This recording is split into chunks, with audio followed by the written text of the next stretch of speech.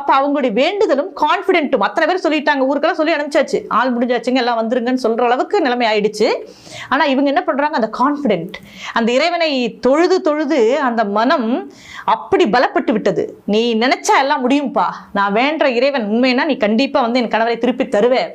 எப்படி சாவித்ரி தன்னுடைய கணவனை திருப்பி அவங்க யமதர்மராஜாட்டிருந்து வாங்கினாங்களோ, திரும்ப பெற்றார்களோ, அதே போல வேண்டுறாங்க அவங்க. அந்த கந்தகுரு கவசம் என்ன ஆச்சரியம், டாக்டர் வந்து பார்க்குற, அம்மா சொல்லிட்டார் டாக்டர், அம்மா இந்த கண்ணுடைய அந்த கருவிழி கொஞ்சம் அசைஞ்சுதுன்னா நாம் காப்பாற்றிடலாமா, இல்லைன்னா நாங்கள் சொல்ல முடியாதம்மா, எதுவும் சொல்ல முடியாது அப்படின்னு சொல்லிடுறாங்க.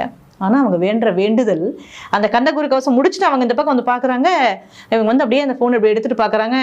நீங்கள் பேசுங்கம்மா, அவர்கிட்ட பேசுங்கிறாங்க. இந்த அம்மா பேசுகிறாங்க. இப்போ அவங்க பேரை சொல்லி நீ வந்துரு, நீ இல்லைன்னா என்னால் இருக்க முடியாது, நீ கண்டிப்பாக வரணும்னு சொல்லி அவங்க பேசின அடுத்த செகண்ட் அவங்க கரு விழி அசைந்ததா. இது இப்போ